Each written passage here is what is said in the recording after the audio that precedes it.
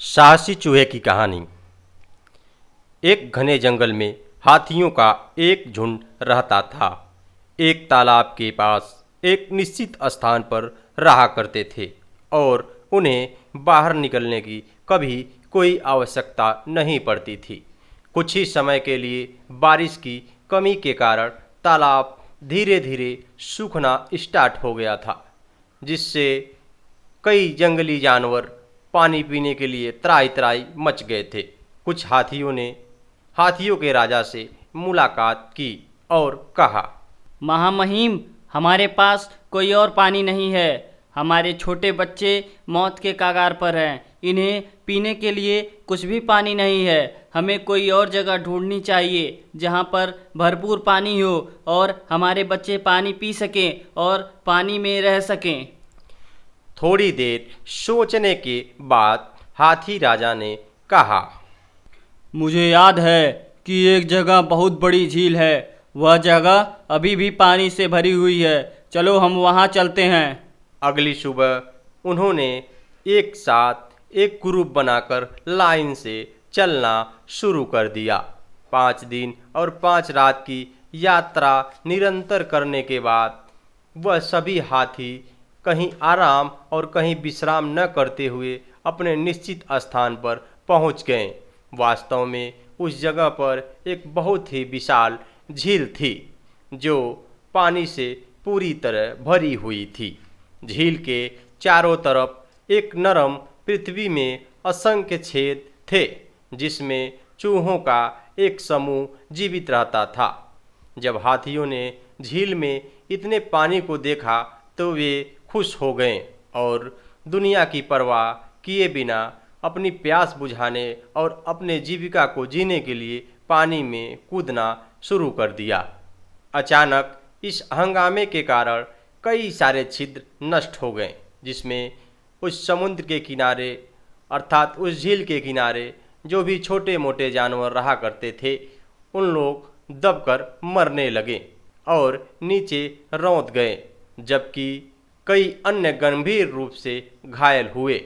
लेकिन चूहे इस दुख को रोकने के लिए पछतावे और भागने के सिवा कुछ नहीं कर सकते थे। सिर्फ जो उस स्थान से उनके पैरों से बचकर भाग निकले वही जीवित रह सके। जब शाम को हाथी उस झील से थोड़ी दूर चले गए तो कुछ चूहे बच गए थे। जब वह वापस अपने स्थान पर आए तो वह रोने लगे और आपस में चिल्लाने लगे कि अब लगता है हमारे कुछ मित्र साथी तो मर गए, अब हम भी मर जाएंगे। उसमें से एक बोला, अब तो ये हाथी हमारे घर नष्ट करने रोज आएंगे, हम क्या करें? तब एक चूहा बोला, मैं एक लोमड़ी को जानता हूँ जो हमारी मदद करेगी। चूहा लोमड़ी के पास जाकर सारी बात बताया और मदद के लिए गुहार लगाया। तब लोमड़ी ने उसे एक जड़ी बूटी दी और बोली, तुम इसे पीने के बाद कई घंटे तक बहुत बड़े और बड़े आकार में हो जाओगे, जिससे हाथी तुमसे डरकर भागने लगेगी और तुम अपनी जान और अपने साथियों की जान इस तरह से बचा सकते हो। चूहा वह बूटी पीकर हाथियों का इंतजार करने लगा।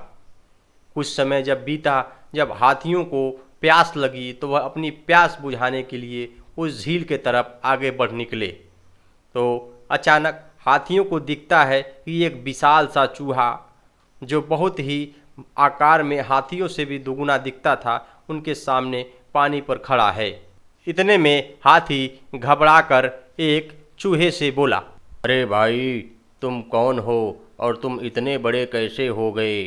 तुम लोग यहाँ से भाग जाओ, नहीं तो मैं तुम लोगों को खा जाऊंगा। मैं भूतिया खरगोश हूँ। जल्दी भाग जाओ। तुम दूसरी तरफ तालाब है, वहाँ जाकर तुम लोग रहो, लेकिन यहाँ नहीं रह सकते। ये मेरे परिवार के लोग हैं। जल्दी भाग जाओ यहाँ से। हाथी इतना सुनते ही वहाँ से भाग निकले और दूसरी तालाब पर जाकर खेलने लगे।